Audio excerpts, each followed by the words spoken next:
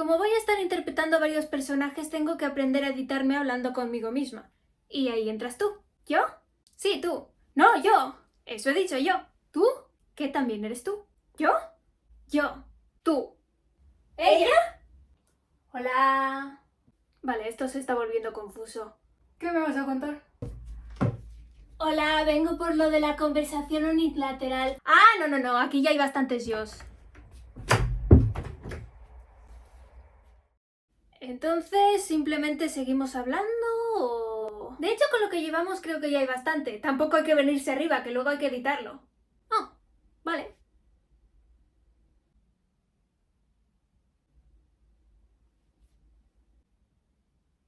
Espera, si se acaba el vídeo, ¿a nosotras qué nos pasa? Pues... ¡Ah!